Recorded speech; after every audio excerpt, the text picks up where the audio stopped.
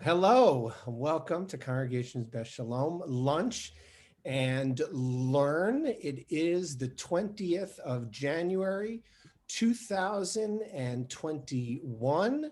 And here we have the presidential inauguration ceremony taking place at Arlington. And here is the White House. And we have just inaugurated our 46th president of the United States. As I said to my daughter, all right, I said to my daughter, you talking about it in school? And she says, oh, no, we're doing math. I said, oh, what's the math? And she went over the math problems and she went over the science problems. I go, it's not every day we inaugurate a new president. So it is not every day we inaugurate a new president. And, one of the things that I loved in my time as a student, whether it be studying philosophy or in law or in rabbinics, was always looking, this is not going to be a surprise to any of you here, looking at great speeches, looking at texts. I remember when I was a kid staying home from school, I used to play hooky to watch the inauguration. The poetry, I always thought was a big deal. The fact that there was inaugural poets, I always thought was significant. The idea that there were invocations and benedictions, I always thought was significant. And of course, inaugural addresses. So what I've brought with me here, and again, I want to keep this informal. I know people's attentions are, all over the place. It's quite a day. It has been quite a first 20 days of the year. But what I wanted to do, what I brought with me, not super easy to find, but I have the transcripts of Biden's address. I have Amanda Gorman's poem, and I have the benediction given by Reverend Sylvester Bierman. And all three, I think, were rather striking to me. And all three were striking to me for religious and biblical reasons. They all, I think, we as a group here that have been studying Jewish law, Jewish homiletics, biblical conversations, I think would appreciate some of the references. So I have those texts with me. We can look at them in a little bit, but before I got into that, I just wanted to open up the space here and just see if anybody wants to just share how their feelings. Ellen shared a beautiful kavanah at the start. If you joined us late, and she said she's so happy to be here because she wants to discuss this and she feels very blessed that we have this forum within which to discuss it. So I am blessed to be here. It's very hard to experience these momentous moments in American life while we're stuck inside. So that's odd. So to an extent, this should be informal. You should feel free to eat your lunch. If you have to run, you come back, run and come back. But I just want to open up the floor and see if anybody wants to share. Judah.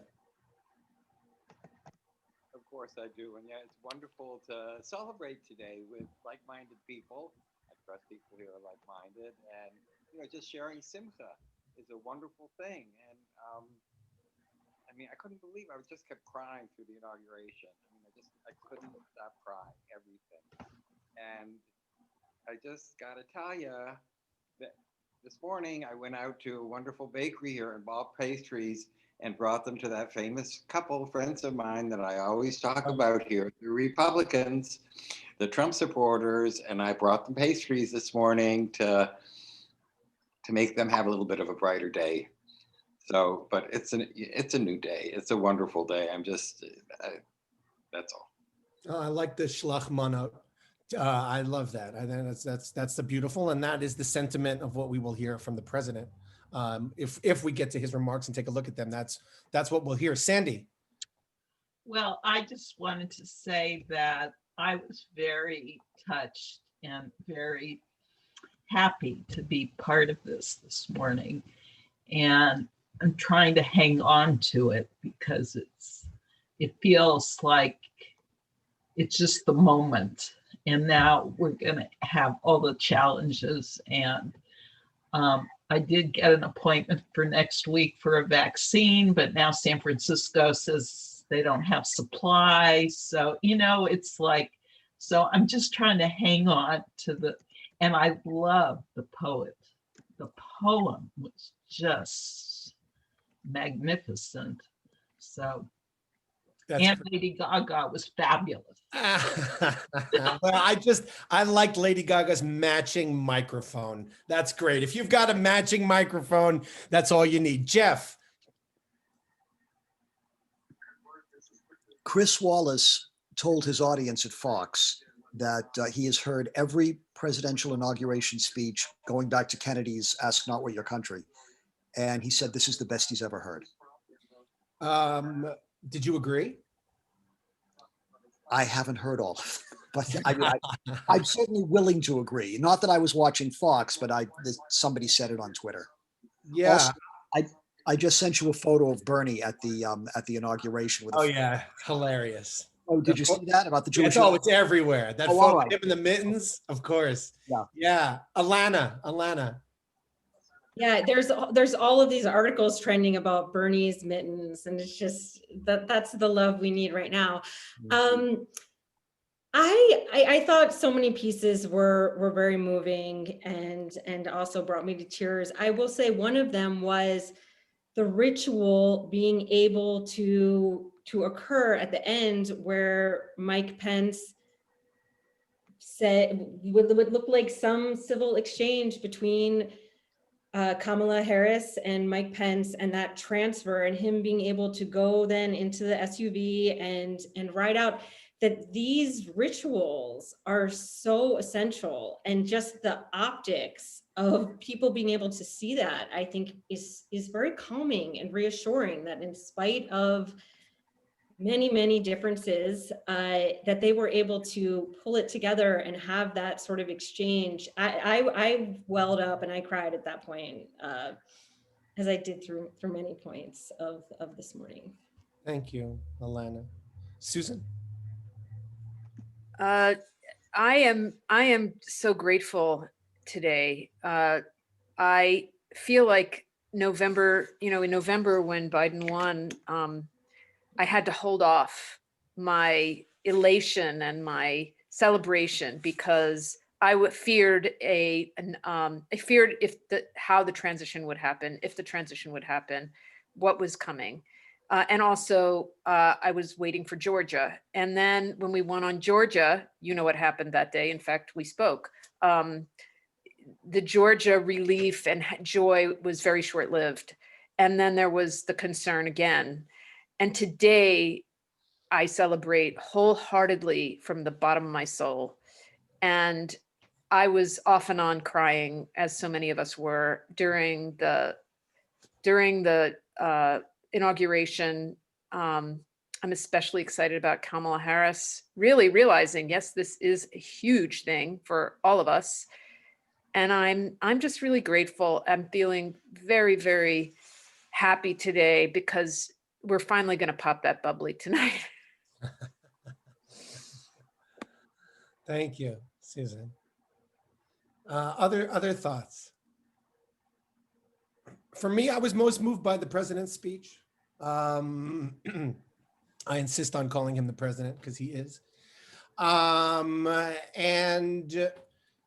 it struck me as very human, which I found very appealing and unusual in an inaugural address. So I also found that one of the messages that I have been saying in terms of people not hardening their hearts was a message that he referenced, which is from this week's Torah portion. And I thought that was also really nice. So Bert. Well, I share everything that's been said, and maybe because he's another old man, but I'm really optimistic. I think Biden is the perfect person for the times. And I know this group, and I share their views about our past president, all bad, with one exception. And there's been a lot made of the fact that there are more troops in Washington protecting it today than we have in Afghanistan and Syria and the rest. And one reason, of course, is the danger. But the other reason, and that's why, I guess this is in the Jewish tradition, even out of evil, there's a little good. The other reason is that Trump did bring home a lot of troops. So he may have done everything else bad, but in terms of bringing home Americans and not wanting to get us into these entangling wars, we do have to give him credit for that one thing. And maybe if he had a better personality. Well, anyway, that's my attempt at bipartisanship. No, I think that's a good attempt at bipartisanship. And I think it's going to be important that we can affirm the 4 or 5% that we agree with and not sort of other people into being all good and all bad. I think having, maybe if we're not feeling like people are storming the Capitol, we might have a little bandwidth to be able to acknowledge, our great leaders. David, King David was certainly a flawed character. But yet we find a way to understand that that's a larger picture of who he is. He's not all that. And even for really evil characters, to be able to acknowledge that they might have a little good in them, I think can go a long way to just humanizing everyone. Ben. Oh, I don't hear you, Ben. Does anybody hear Ben?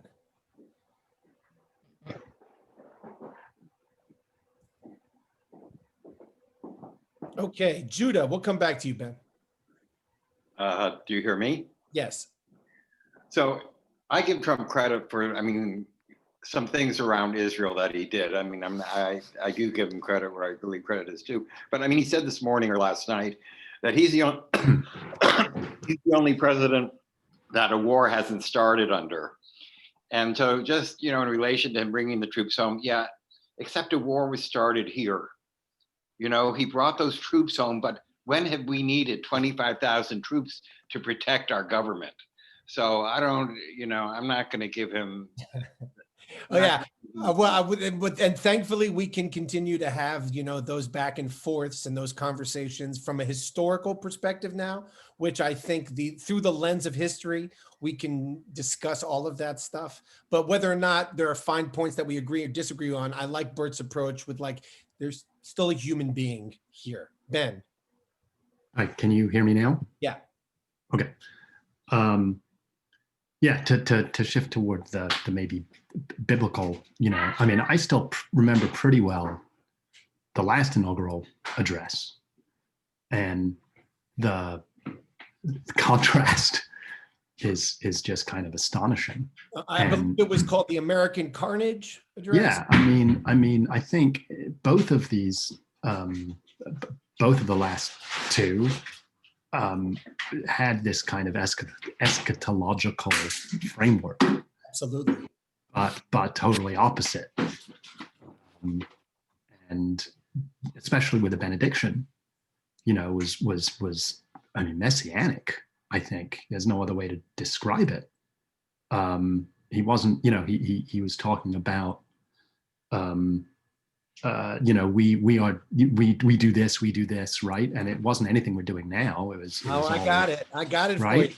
I'm glad you mentioned it, because you know me, I definitely want to talk about the benediction. Right. And 4 years ago, it was, Manichaean. Oh yeah. And that has, really did set the stage for, that whole administration in terms of and clearly their supporters, right? It was a battle between good and evil. Exactly. And an all or nothing framework. Exactly. So let's take a look at the Reverend, and then maybe we'll go to the poem, because I asked Alana to be here so that we can discuss the poem, and then we can make our way to the president to conclude. But I will close with the benediction, because I think on Ben's point, it was very powerful. As a nation. May I say one thing? Yes, sure. The phrase that kept running through my mind as I got up this morning is, today is the day we make America great again. God willing. Amen. As a nation and people of faith gathered in this historic moment, let us unite in prayer. Again, Alana talking about the significance of ritual. These rituals, from the benediction to the poem, are significant. God, we gather under the beauty of your holiness and the holiness of your beauty. We seek your faith, your smile, your warm embrace. We petition you once more in the celebration. We pray for our divine favor upon our president and our first lady and their family. We further ask that you would extend the same favor upon our vice president, Kamala D. Harris, and our second gentleman and their family. More than ever, they and our nation need you.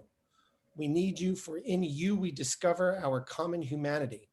In our common humanity, we will seek out the wounded and bind their wounds. We will seek healing from those who are sick and diseased. We will mourn our dead.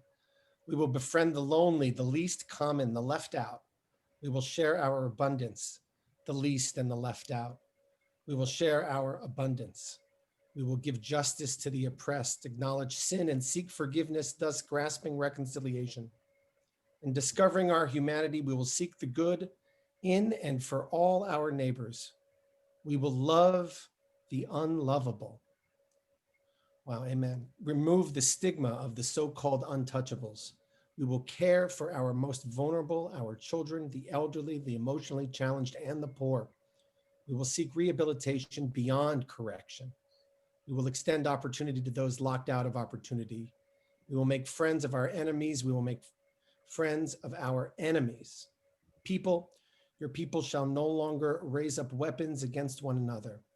We will use, he's quoting Isaiah, obviously, we will use our resources for the national good and become a beacon of life and goodwill to the world. Or lagoyim. Neither shall we learn hatred anymore. We will lie down in peace, not make our neighbors afraid. In you, O God, we will discover our humanity. In our humanity, we will discover our commonness. In the difference of color, creed, origin, political party, ideology, and personal preferences, we become greater stewards of your environment, preserving the land, reaping from its sustainable harvest, and securing its wonder and miracle, giving power for generations to come. This is our benediction, that from these hollow grounds where slaves labored to build this shrine to liberty and democracy, let us acknowledge from the indigenous Native Americans to those who recently received their citizenship, from the African American to those whose parents came from Europe and every corner of the globe, from the wealthy to those struggling to make it, from every human being, regardless of their choices, that this is our country. As such, teach us, O God. Teach us to live in it, loving it, be healed in it, and reconciled to one another in it, lest we miss kingdom's goal, dear glory, majesty, dominion, and power forever. Hallelujah. And in the strong name of our collective faith, amen. I really like that. I think that's really good. I mean, that's really impressive. When we've been talking about like, how do you find a path to share images of faith in political contexts that sort of rise above? I think that that's a beautiful example. Susan. I think some of the healing actually even started yesterday with the memorial for all the COVID victims. And I found it so touching, and to know that, you know, reach out to all the families that have lost their loved ones during this pandemic. And so that feeling from yesterday, you know, extended into today, it was just so very moving. Yeah.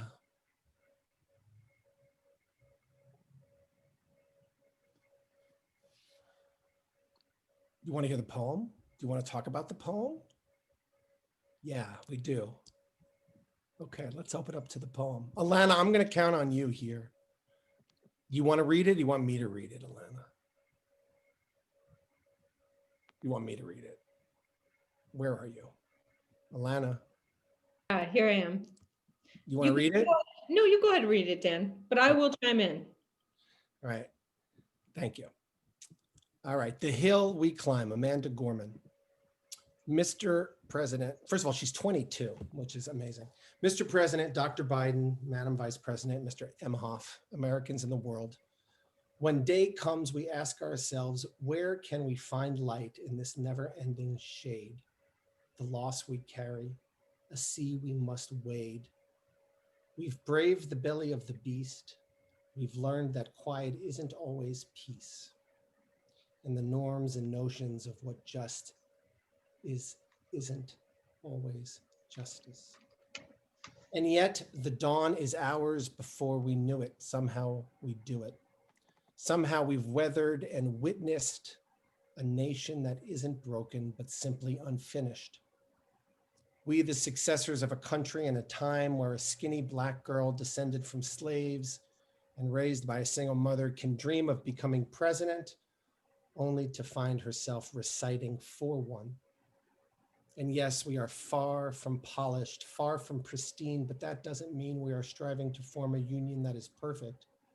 We are striving to forge our union with purpose, to compose a country committed to all cultures, colors, characters, and conditions of man. And so we lift our gazes not to what stands between us, but what stands before us. We close the divide because we know how to put our future first. We must first put our differences aside. We lay down our arms so we can reach out our arms to one another. We seek harm no more and harmony for all. Let the globe, if nothing else, say this is true, that even as we grieved, we grew, that even as we hurt, we hoped, that even as we tired, we tried, that we'll forever be tied together victorious, not because we will never again know defeat, but because we will never again sow division. Scripture tells us to envision that everyone shall sit under their own vine and fig tree, and no one shall make them afraid. If we're to live up to our own time, then victory won't lie in the blade, but in all bridges we've made.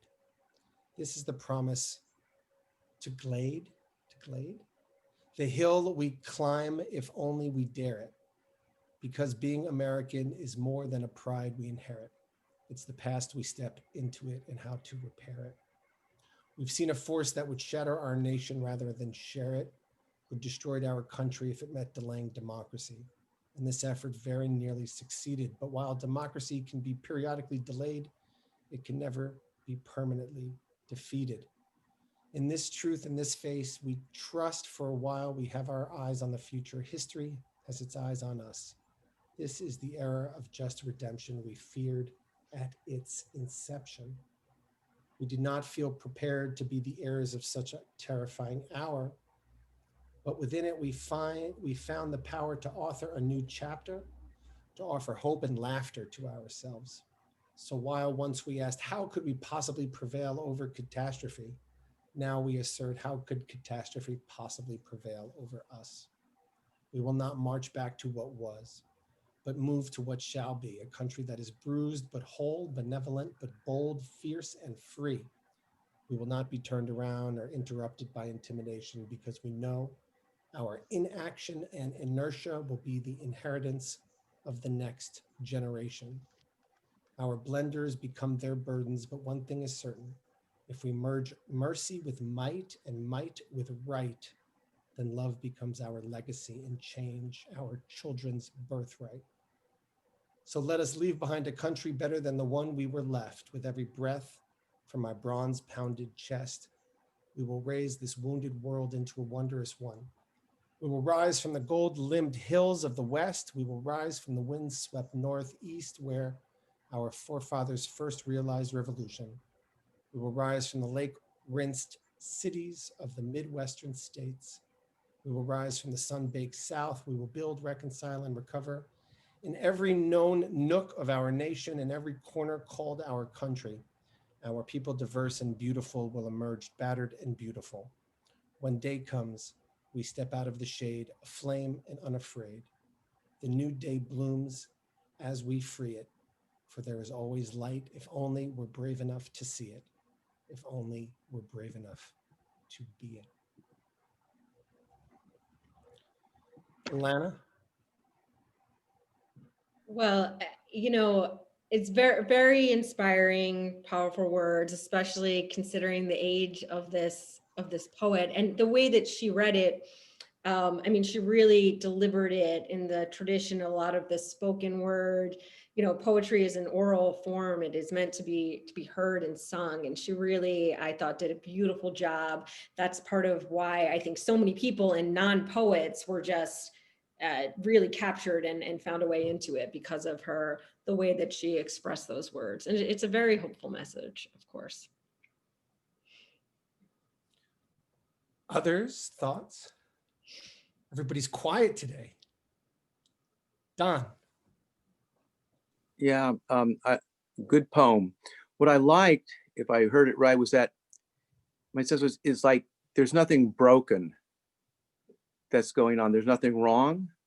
There's nothing broken. It's that there was an ideal set in this country or for humanity, and that we're moving towards that. And that things go on as you move towards that, as you develop this great ideal. But it's not, once again, that it's wrong or bad or broken. It's all moving towards the ideal. And I just really like that kind of concept, so that everything that we've been going through, it wasn't bad or wrong in that way, or wasn't like it wasn't supposed to be. That's what needed to be, Right. in order to go for this incredible ideal that we're going for in the world.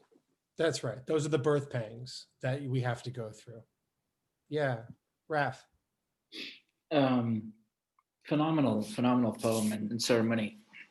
I actually weirdly thought about the conservative movement.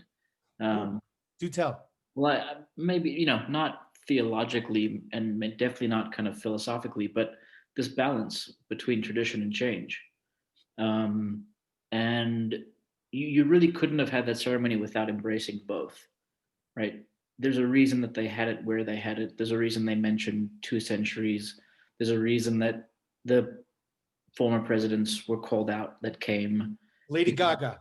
Because it matters. And tradition matters, and ritual matters. Symbolism matters. But then, I think in very intentional contrast to even the 1776, I'll hold further comment on that, but there was a whole Trump commission and paper that came out essentially saying that, history is fixed. America has always been great and hasn't needed to change. And that's just one piece of this media time that I think. That's a very fundamentalist position. If you want to put it in the conservative theological framework, that's a fundamentalist. We have it right. We've always had it right, and no one can tell us anything wrong, right? Yeah, and I the theme that I took away from this morning was the term that encapsulates an idea was like the pursuit of a more perfect union. Not that you're going to perfect it, not that it is perfect, but the pursuit is what we're doing. And that's the best we can hope for. Amen. Absolutely. Yeah, Alana. Muted, Alana. Here we go.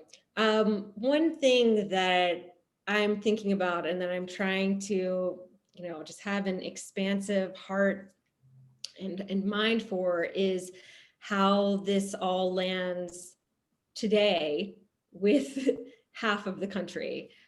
Because I know, we were discussing this a little, Dan, I think that for all of the people who, and like myself, I'm wearing my Kamala pearls, I'm crying at the thing, I'm feeling this pride, this relief, this joy. But it's much more palatable for a lot of people to hear the message of open-heartedness and not keeping one's heart hardened to who they perceive the enemy when they feel safe. The optics of today look so different than the optics of January 6th. So here we are. And I do wonder when, it probably isn't today. I don't imagine that a lot of people are ready to hear that poem and the message of the poem and the message of the preacher. For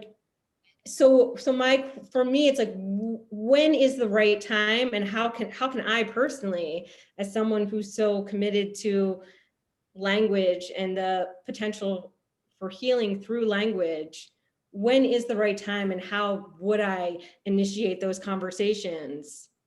I resonate with that a lot. When we started our organization, Because Jewish, in 2015 in Brooklyn, Alana and I used to tell people that my goal was that, heaven forbid, if there was a civil war, Confederate soldiers and Union soldiers could come to my shul and pray together. Otherwise, there would be no hope of peace. And that was sort of how we began sort of our movement to try to reach everybody who wasn't currently being spoken to as a big tent.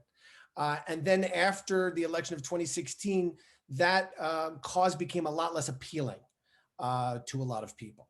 And so a lot of it, and I think Alana said it right when she says that so much of it has to do with how people are feeling, their level of security and safety, and the timing in which messages can be delivered. I mean, you might be able to say, now is the time.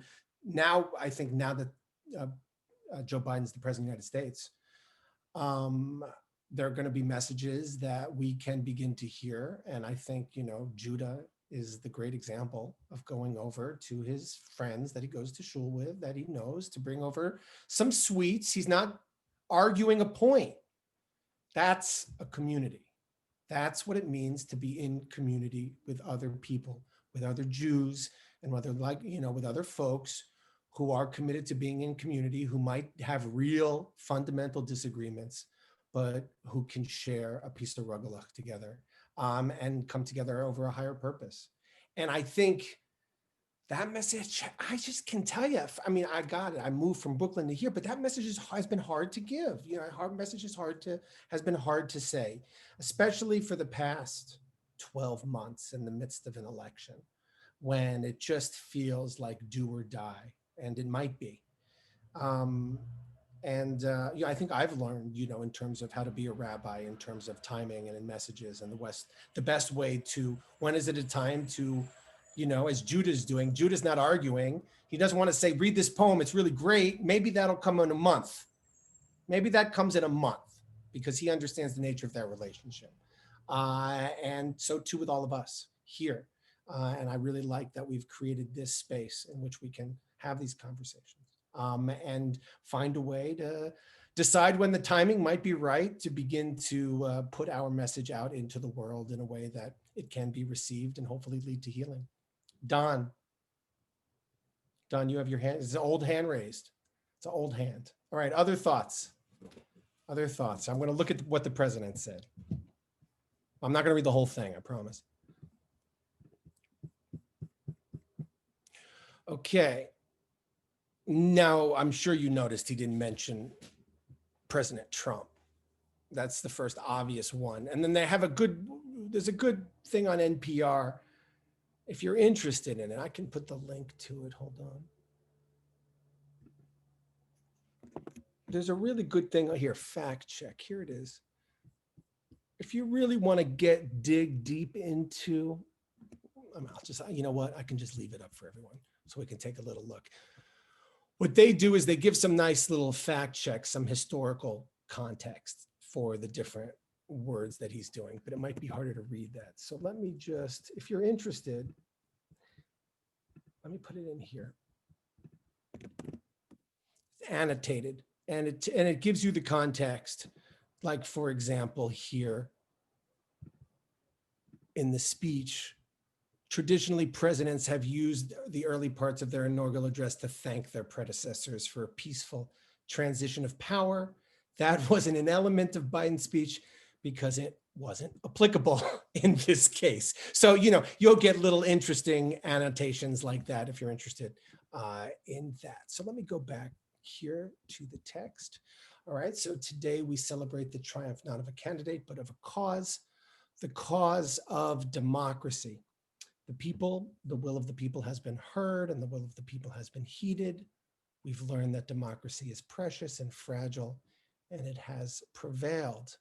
So now on this hallowed ground, again, hallowed ground, it's interesting to speak about sacred ground quite frequently, where just a few days ago, violence sought to shake the Capitol's very foundation, we come together as one nation under God, indivisible, to carry out the peaceful transfer of power as we had for more than 2 centuries. Now, what's interesting? I'm just thinking about this, reading this. This was a very religious ceremony. I mean, did you guys catch that? I guess maybe as going through these texts, I remember when the president, I just called Barack Obama the president. I remember when Barack Obama was president, He was always making sure to be very inclusive of secular non-believers. He went out of his way to do that. Nah, you didn't catch that here. This was a very religious ceremony, and I think that that's your candidate is the second Catholic president in the history of our country. Is probably a reason for that. As we look ahead in our unique American way, restless, bold, optimistic, and set our sights on the nation, we know we can be and we must be. All right, so he thanks his predecessors who are here. He thanks President Carter, who's not here. He talks about George Washington, and he talks about the desire, of course, to create a more perfect union. Okay, I'm curious, what do you think about this? Few people in our nation's history have been more challenged or found a time more challenging or difficult than the time we are in now. Once in a century virus that silently stalks the country has taken as many lives in 1 year as we lost in all of World War II. Millions of jobs have been lost, and a cry for racial justice, some 400 years in the making, moves us.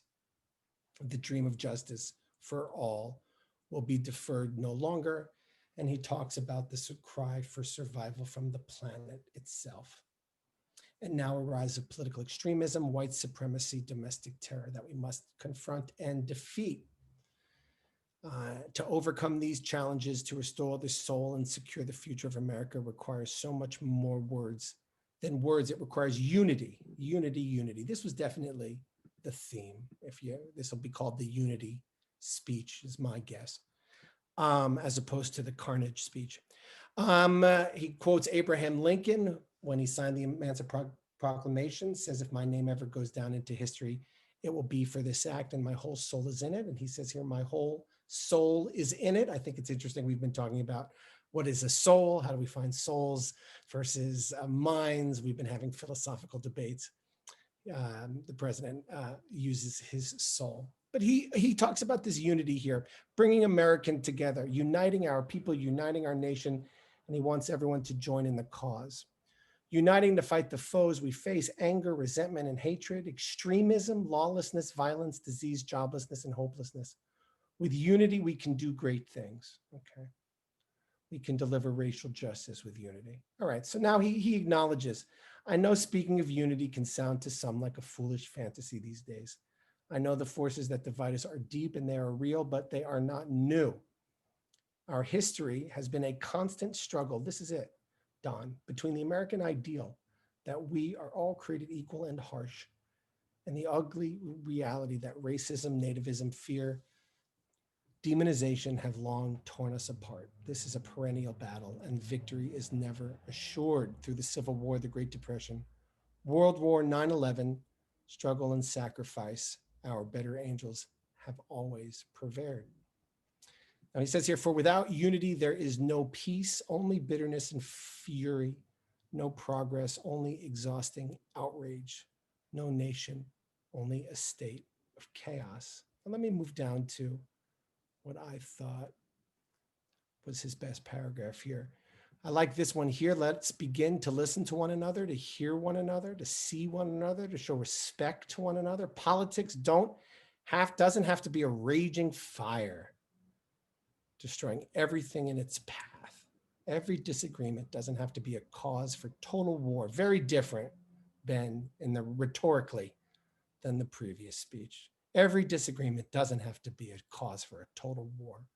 And we must reject the culture in which facts are manipulated and manufactured. He talks about Dr. King's dream, and he talks about how things change over time. He says, to all those who supported our campaign, I'm humbled by the faith you have placed in us. To all who did not support, let me say this, hear me out.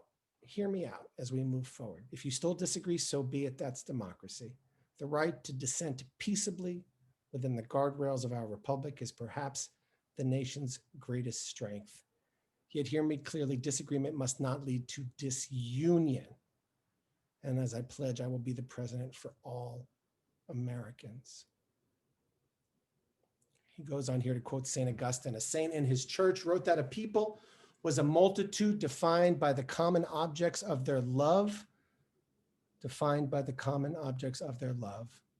So I think that's a typographical. Wrote that a people was a multitude defined by the common objects of their love. What are the common objects we as Americans love that define us as Americans? What are the things that can bring us together? I think we know: opportunity, security, liberty, dignity, respect, honor, and yes, the truth. In recent weeks, we've taught a painful lesson. There is truth and there are lies, and each of us has a duty and has a responsibility to protect our nation and to defeat these lies, right? So this, I think, is the most memorable paragraph right here, and then I'll stop. We must end this uncivil war that pits red against blue, rural versus urban, or rural versus urban, conservative versus liberal. We can do this if we open our souls instead of hardening our hearts, if we show a little tolerance and humility, and if we're willing to stand in the other person's shoes, as my mom would say, just for a moment, stand in their shoes. Because here's the thing about life. There's no accounting for what fate will dear you. Some days when you need a hand, and there are other days when we are called to lend a hand. That is how it has to be, and that is what we do for one another. And if we are this way, our country will be stronger, more prosperous, and more ready for the future. And we can still disagree. Thoughts? Ben. Yeah, I was really struck by actually the paragraph before the one you skipped over. Oh, okay. Let me read it. Let me go back. Look, I understand that many of my fellow Americans view the future with fear and trepidation. I understand they worry about their jobs. I understand, like my dad, they lay at bed at night staring at the ceiling, wondering, can I keep my health care? Can I pay my mortgage? Thinking about their families, about what comes next. I promise you, I get it. But the answer is not to turn inward into retreating into competing factions, distrusting those who don't look like you or worship the way you do, or don't get their news from the same sources. Yeah, so I think what I worry about is that he doesn't understand the enemy. Tell me more about that. That his assumption here is that the ugliness is a result of suffering, that people who are suffering are looking for a scapegoat. And that is what is causing so much of the ugliness. Whereas that may not be the case. There are powerful people, or at least comfortable people.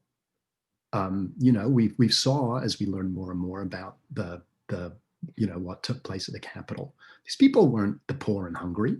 These people weren't necessarily those who were worried about their next paycheck or putting food on the table for their children. They were business owners. They were doctors. They were law enforcement, right? So, Sorry about that. Keep going.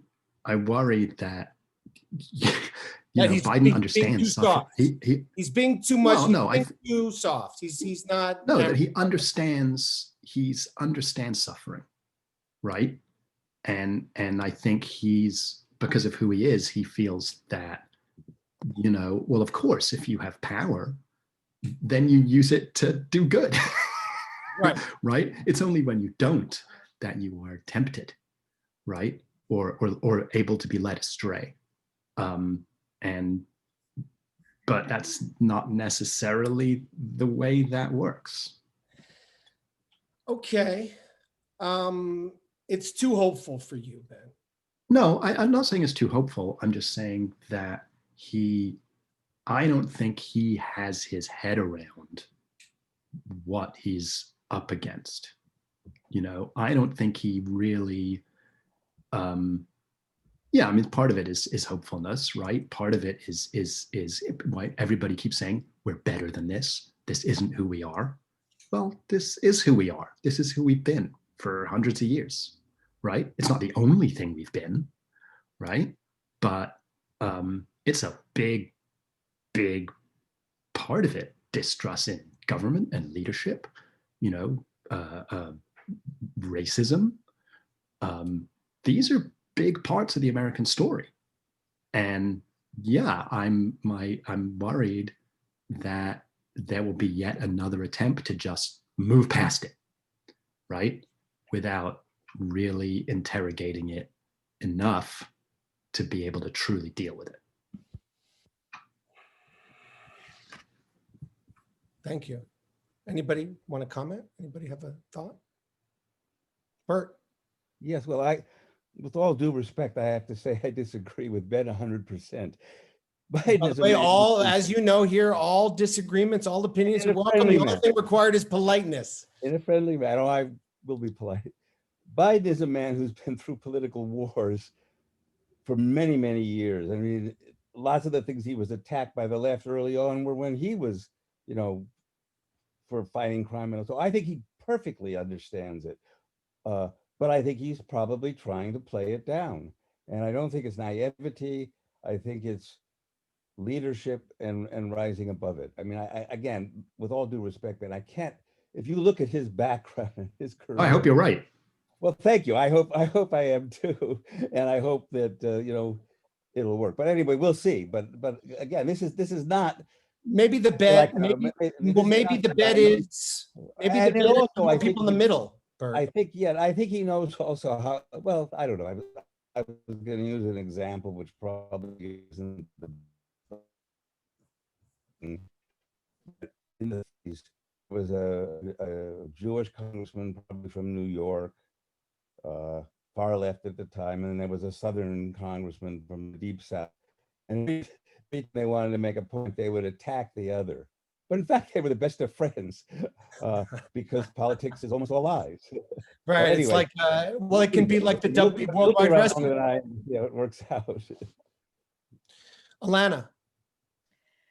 Yeah, I think the question is, what is the best rhetoric to reach people?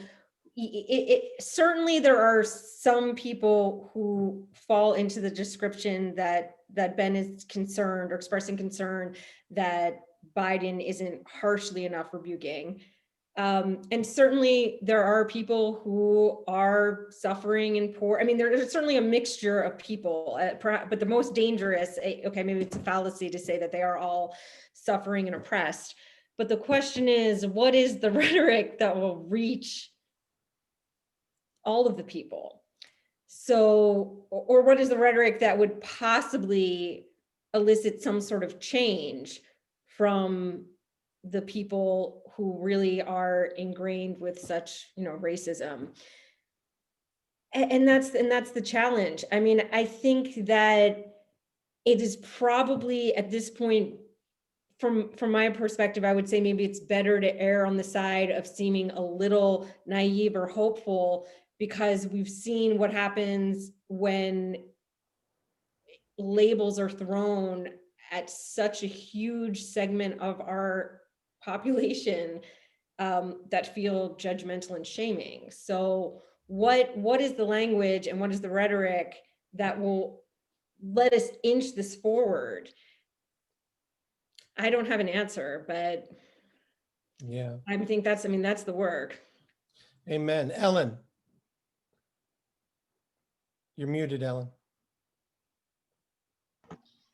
I think your point is very well taken, Ben.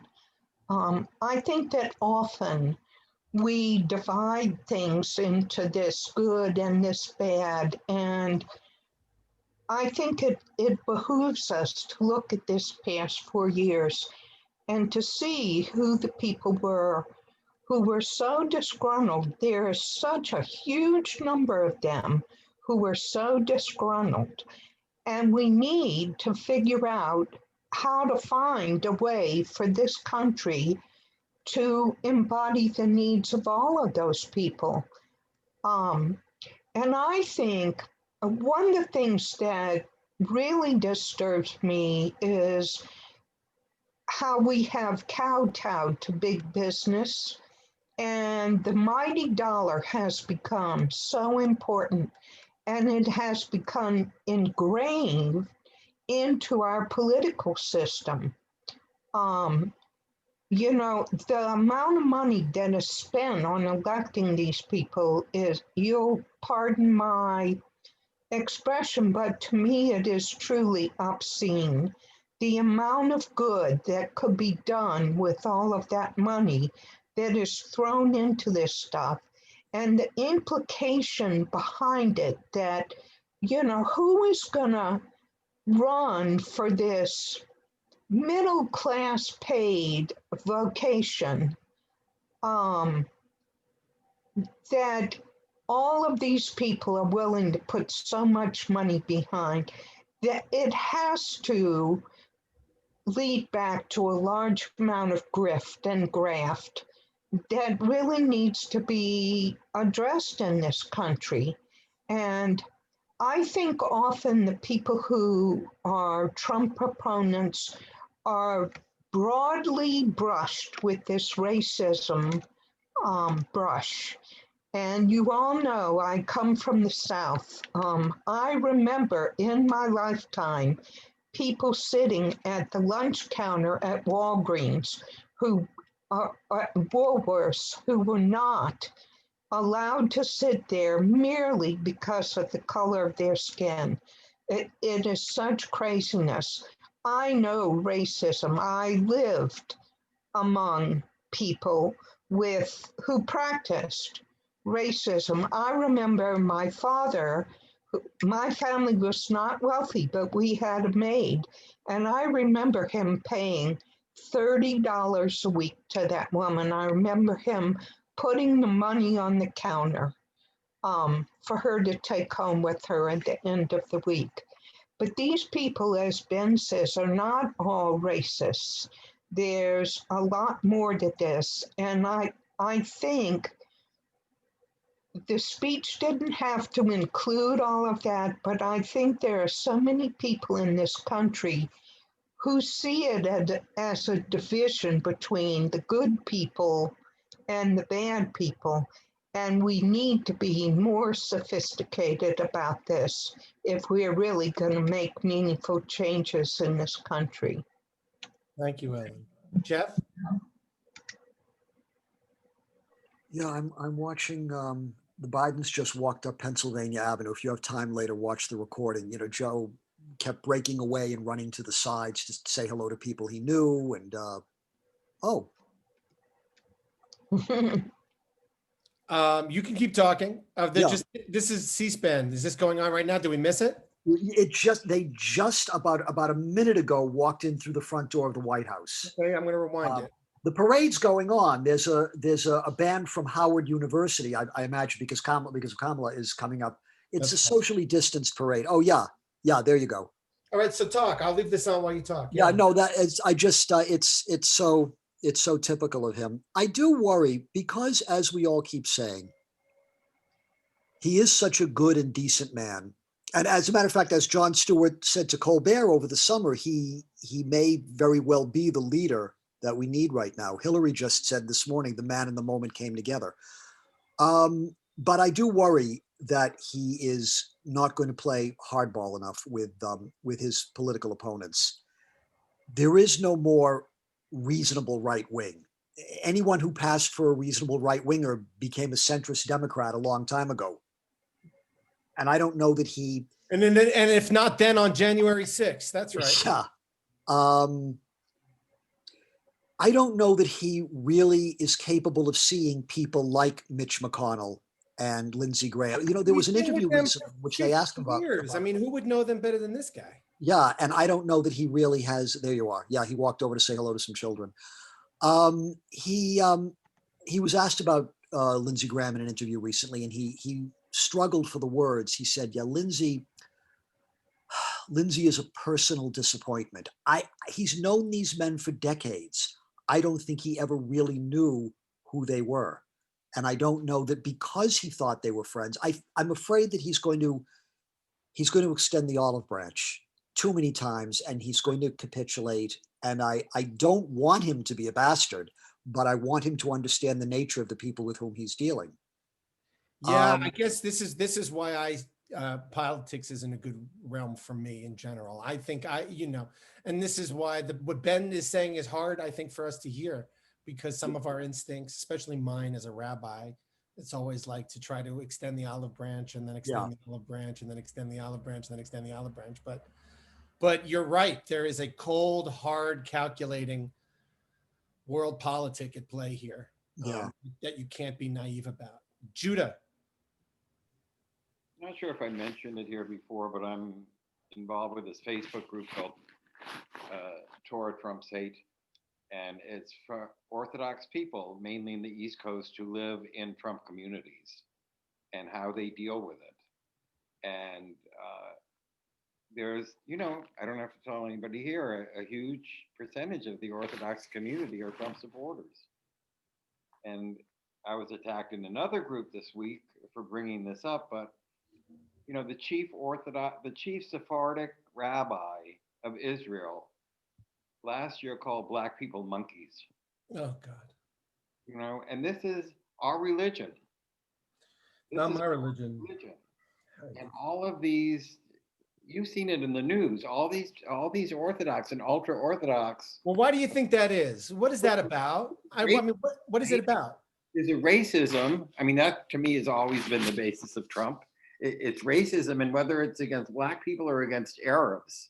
But I don't find Orthodox people generally more racist than any other group. Against Arabs? No, than any other group of people in general. I'm sorry to say, I think maybe some of it has to do with the chosen people. I do find that to be a fact. All right. Yeah. I mean, in some cases, it might be. Raph. Oh, look, is that Max? Hey, everyone. What's that? It's your first inauguration, Maxie. Yeah, this was the best political day of his life. For sure. I just wanted to say that in terms of the balance struck by Biden in terms of rhetoric and messaging, I actually feel like he did, generally a great job. But on the point of division, oversimplifying the enemy, unity, I kind of came away thinking that, forget about olive branches and legislation. I kind of thought that he was providing a reasonable off-ramp to the people that wanted to get off the train. That's right. I agree. Yeah. And sorry, I totally agree with you. Sorry, I shouldn't have done that. But yeah. I don't think that he knows he wasn't going to reach 74 million of them. You don't need to. I do think that the Republican Party is going to split or is splitting. And that's, no comment, but it's not one thing. Arguably neither are the Democrats, but at least they act more uniformly or can legislate or govern. So I don't know, again, that's not a good or bad thing. I'm not taking a partisan side. It's way more complicated than a two-party, 51% type of equation. The country is just an incredibly complicated thing. And I think it comes back to this idea of kind of fixed versus dynamic, growth, multiculturalism versus nativism. Are we going to try and make this country work for everybody? I think there was a line in there about we're not going to defer justice for all any longer, right? Those are like the kind of things that I think extend off ramps, not naively Pollyannishly say like it's all going to be fine. Yeah, because equal justice for all, that truly to bring that is going to ruffle some feathers, to say the least. I mean, just to bring up one more data point, like I was looking at Twitter a lot this morning, the commentary in like the somewhat arguably crazier parts of the corners of the internet in conspiracy world and Q world, there's actually defection going on. There's actually people saying, okay, it's over, or at least some people saying, move on.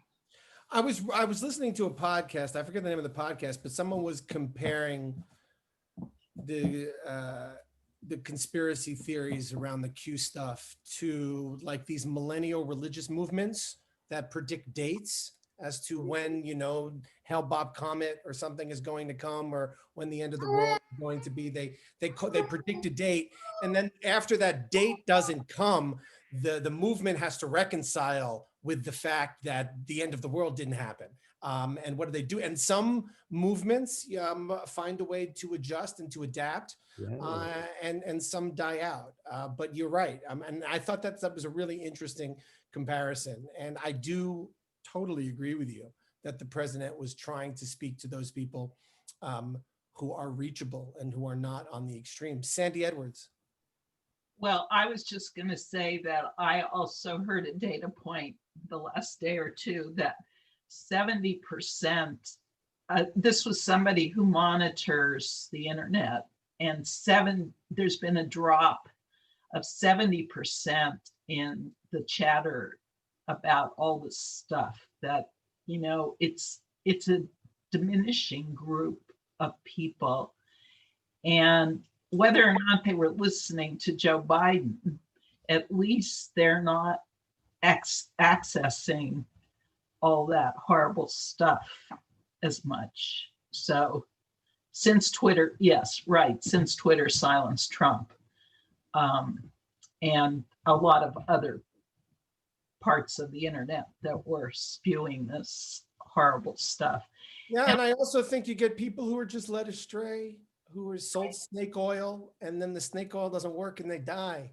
And I think, you know, at that point, you got to acknowledge you've been drinking snake oil for a long time. There's at some point, and like, I think a shul ideally is to just be here and to say, you know, we're here, like we're open to you, and like teshuva is always a possibility. I mean, I agree with Raph about the rhetoric too, and the others.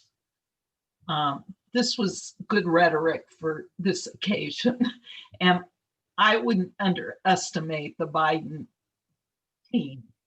No, I don't.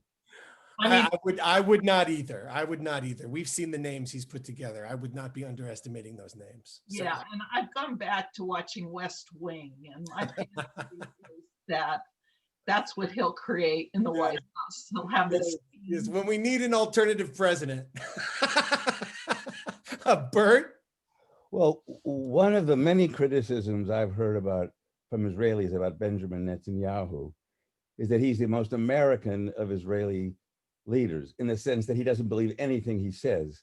And I think we really cannot underestimate the cynicism of our leader. I mean, you take Lindsey Graham. I mean, I know you just quote his different things towards Trump. And I have, and again, I'm being a little bit glib, but my theory of, before I get to the glib part, remember there were a lot of people, and this may have been the deciding voters, who voted for Obama and then voted for Trump and came back and voted for Biden. And those are some of the people that maybe have been referred to. And, you know, I was going to say that I take the Trump leadership sort of like the Wizard of Oz. Dorothy accidentally kills the Wicked Witch by throwing water on her. And the Wicked Witch has this powerful army. They're actually dressed like Russian Cossacks in the movie. And she's afraid, what are they going to do to me? And they look at her and they say, is she really dead? And then they become totally different people. So, you know, the Republican Party, Trump is dead as a leader. I mean, so anyway, I just don't underestimate the cynicism. And I think Biden, who's lived in that world most of his adult life, he understands the cynicism, and he understands how, you know, they're looking for what's good for them, what they think is going to get them voted, how can they get stuff for their people. So I think that's right. And I back to Ellen's point earlier, I think we now have air to sort of make some of these points with regard to how are we financing elections in this country, or how are we, even the issue of war and peace, Bert, or, you know, like what is the level of free speech? Like what are the deeper issues? We might have a little air to address them when you don't have an individual like the previous president, Trump, who just became such a third rail, such a lightning rod. And I found it difficult that every conversation just sort of shut down. because he just became such a flashpoint. You couldn't really get into some of the moral and ethical issues because he was blocking in the way from that conversation to happen. So any other final remarks? It's a little after 1. Ben. Yeah, I just want to, I was looking at what Raf sent, the 1776 project. What is that? What is it? It's basically a response to the 1619 project, right? And so, I was thinking, like, what I appreciate about our tradition is that we spend most of our time exploring, arguing, discovering what we can about our deep history as a people. And we create space, a lot of space and time to do that, right? And to debate about it and to, often disagree about it, right? But have that conversation. And I think what I was getting at before is that in this country, in our, in the culture that has developed over the past, I don't know, half century or so, I don't know that we have that space. And people have just extreme disagreements that are unbridgeable about not where we're going, but where we came from, right? About the facts and the interpretation of our past, right? And can't talk to each other about it, but just have fixed ideas, right? And I think that's what I was getting at. It's in that sense beyond economics, right? It's these competing worldviews that we have to start building bridges between, I think, if we want to do what Biden is trying to get us to do, which is to heal. Amen. And I think, that's hard work to be done. I think that's the work that ideally our community has created a space for through lots of historical ups and downs over the past century. And certainly there's no expectation that this next century should be any quieter than the previous. And I think it's the work that we have to do here. And I would think it's interesting, just to close on this, and Alana mentioned she was very moved by Mike Pence sort of being present. And it just made me think of the 4 children, the 4 sons at the Seder. And the wicked child is the one who removes himself from the table and doesn't participate in the conversation. Says, I'm not going to take part in this ritual. I'm out of here. I'm not taking part in this dialogue. And that is Rasha. That is wicked in our tradition. You can have all sorts of points of view. In fact, they say if all 70 people of the Sanhedrin say that a person should be put to death, that person is not put to death, because you need at least 1 vote to acquit in order to convict. If all 70 say put him to death, you don't, because that sort of consensus is scary in general for us. But I think we, as a community, hopefully can, through the power of ritual, can find a way to keep us together. Judah, I see, is saying, speaking of children, Trump just before leaving. Yeah, by the way, there was so gross. I shouldn't talk politically, but all the pardons. By the way, I know he's not the only president to do that, but there's something so seedy about the guy on the way out of the door with all the pardons. I've always thought that was a very strange, peculiar feature of American democracy. So I appreciate Ben. I appreciate the challenges that are ahead and the difficulties it will be to create that sort of middle space, or at least the bridges between the worldviews that are different from ours, with acknowledging that we can still coexist on the planet. And that, I think, would be a step in the right direction. So thank you for this space. Thank you I think it's been important that we've had this space weekly, up from November through to here. Who knows what we're going to talk about next, but now maybe we can start to get into some issues of morality, issues of justice, and what we can do to improve the lives of those people who live near and around us in a practical way instead of being subsumed by Twitter flame wars. So that is a positive and a blessing that I want to leave with all of you. So I just want to wish you God bless. And if you want to listen to Torah discussion tomorrow morning, there's minyan at 7:30, followed by a Torah discussion on Parshat Bo. Parshat Bo is the last 3 plagues in Egypt and the liberation from a tyrant. So that is tomorrow morning's Torah portion if you're interested in learning it with me. Sandy? I was just going to say Yasher Koach. Baruch Tiyeh, and Yasher Koach to all of you and to everybody here. This is why Alana and I wanted to be in community. We lo tov heyot adam levado. It is not good for any of us to be alone, and all the more so now in the midst of this pandemic. So Baruch Tiyeh, blessing it shall be, and I will see you all very soon. Take care. Thank you so much. Oh, Bye, everyone. bye-bye.